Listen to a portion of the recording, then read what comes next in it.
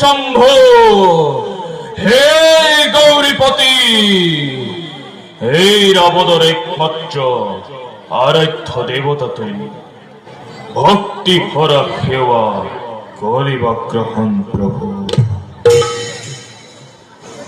ওম নমঃ শিবায়।